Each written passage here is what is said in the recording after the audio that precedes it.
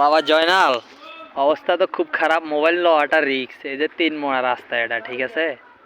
3 মোড়া রাস্তা। এই যে ওই যে দরজাদার কবর ভাঙ্গি পানি টানি ঢুকে গেছে ভিতরে, আড্ডি মাড্ডি বাইসতে আছে। এই অবস্থা। এই যে এসডিএফ পানি উঠতো, আর বেশি দেরি নাই, হড়ি গেলাম রে। এই আর কি অবস্থা। এখন অনেক সময় লাগবো, বাড়ির দিকে যাইতেছে আস্তে আস্তে, বিড়িয়ে হইতে আছে। আবার জয়নাল, আমাদের অবস্থা খুবই খারাপ। তার মধ্যে আমার সকাল 11টায় ফ্লাইট, 27 তারিখ 11টা 45-এ। আমি বাড়িতে বাইরে হয়ে যেতে হয় যে গেলের মধ্যে। খুব টেনশনের মধ্যে আছি, সবাই টেনশনের মধ্যে। ওই যে ফুকুর ফুকুর বোঝা যায় না, মনে হয় যে সাগর।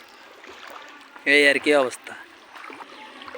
এই যে বাবা জয়নাল, এই এসডিএফের মধ্যে আশ্রয়কেন্দ্র হয়ে গেছে। এসডিএফের মধ্যে মানুষ থাকতে আছে, আইতে আছে, ঠিক আছে নি?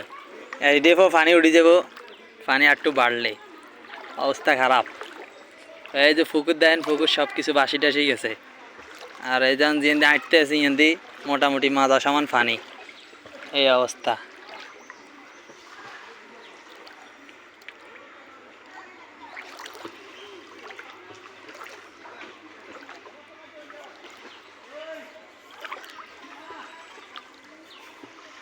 অবস্থা খুবই করুণ অবস্থা, ঠিক আছে?